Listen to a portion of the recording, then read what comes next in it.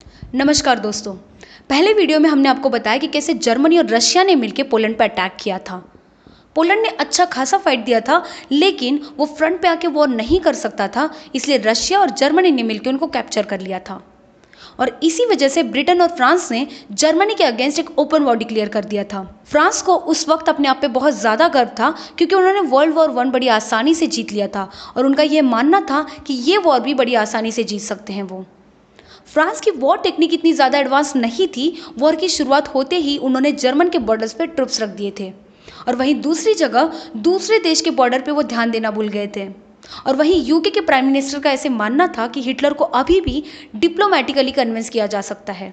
France और Britain दोनों ऐसे चाहते थे कि इस वॉर को घर से ज़्यादा दूर रखा जाए, इसलिए उन्होंने जर्मनी के नॉर्थ साइड की कंट्री नॉर्वे की तरफ ध्यान देना शुरू कर दिया, जो कि जर्मनी को आयरन ओर सप्लाई करता था।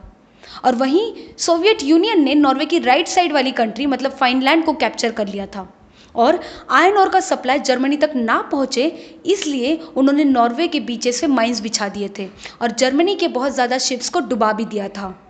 हिटलर को कहीं ना कहीं ये पता चल गया था कि अलाइन फोर्सेस आयरन ओर के सप्लाई को उनकी तरफ आने से रोक रही है, इसलिए हिटलर ने अपने ट्रुप्स को असेंबल किया और डेनमार्क के थ्रू नॉर्वे पे अटैक कर दिया, जहाँ पे अलाइन फोर्सेस थी।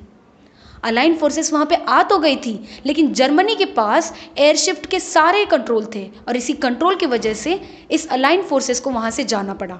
और यूके के इस एम्बैरेसिंग इंसिडेंट्स की वजह से नेविल चैमरन को रिजाइन करना पड़ा।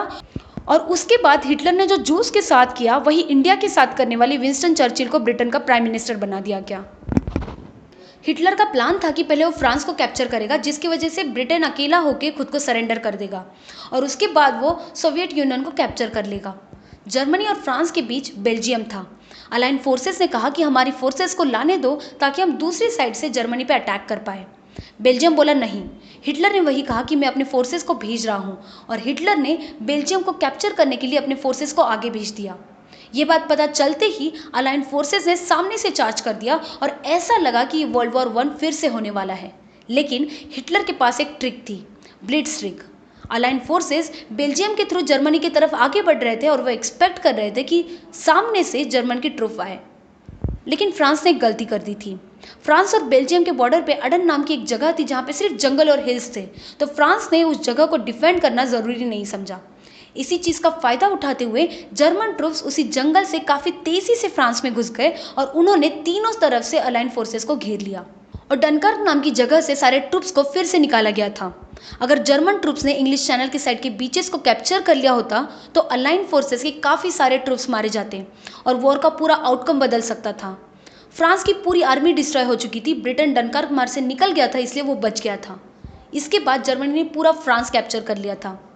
हिटलर यूरोप में अब अकेले ही था बेसिकली, क्योंकि इटली ने भी अलाइन फोर्सेस के अगेंस्ट वॉर डिक्लेयर कर दिया था।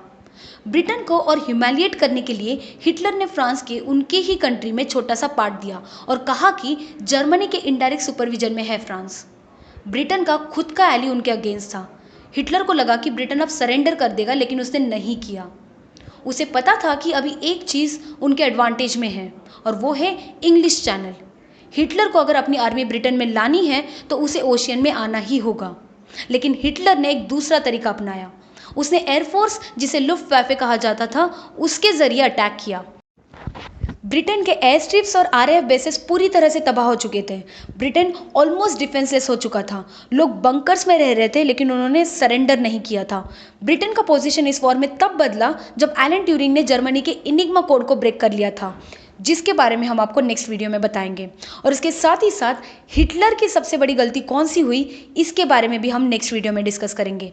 तब तक के लिए अगर आपको ये वीडियो इन्फॉर्मेटिव लगी हो, तो वीडियो को लाइक ज़रूर कीजिएगा। अगर आप चैनल पर नए हो, तो चैनल को सब्सक्राइब करना ना भूलिए। उसके साथ ही साथ बेल आइकन को ज़रूर प्रेस कीजिएगा, ताकि आप आने वाली वीडियो के साथ अपडेटेड रहें। Thank you.